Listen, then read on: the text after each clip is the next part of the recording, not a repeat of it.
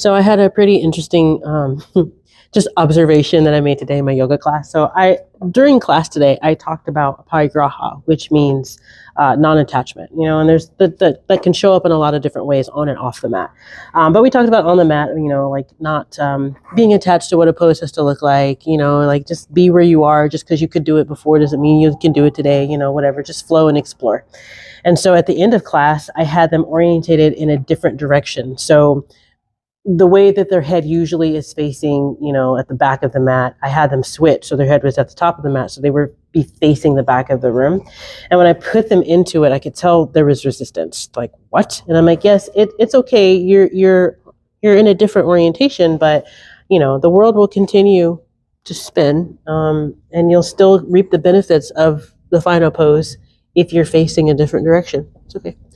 But I was like, but if it's killing you and you cannot stand it, go back the way it's your practice. Do whatever you want to. I was just inviting them to try something different, get a new perspective. And it was interesting just to observe. I had 20 students in my class today, and 10 of them, half, could not do it. They all had to turn back to the normal way. And it's just, it doesn't mean anything to me. I don't really care. I just thought it was interesting to see, that they have attached themselves to having to be facing this way. It's kind of like, people have their spots in classes and at church.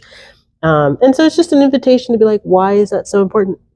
You don't have to face that way. You can face a different way. It's not a big deal. But it was kind of funny. It tickled me because I was like, wow. And so when I brought them out of Shavasana, I actually wasn't at the front of the room where I usually am. I was in the middle of the room, just to give a different orientation, because it's so like it has to be this way, but it doesn't. It doesn't have to be that way. You can do things different, and it's the same. The message is the same. The words coming out of my mouth are the same. They're just, instead of looking forward, they are hearing me instead of having to focus on watching me. So it was interesting. I'll probably do that again, but it's good for your brain. So try something new. Don't be afraid. And that is your yoga off of the mat. Peace.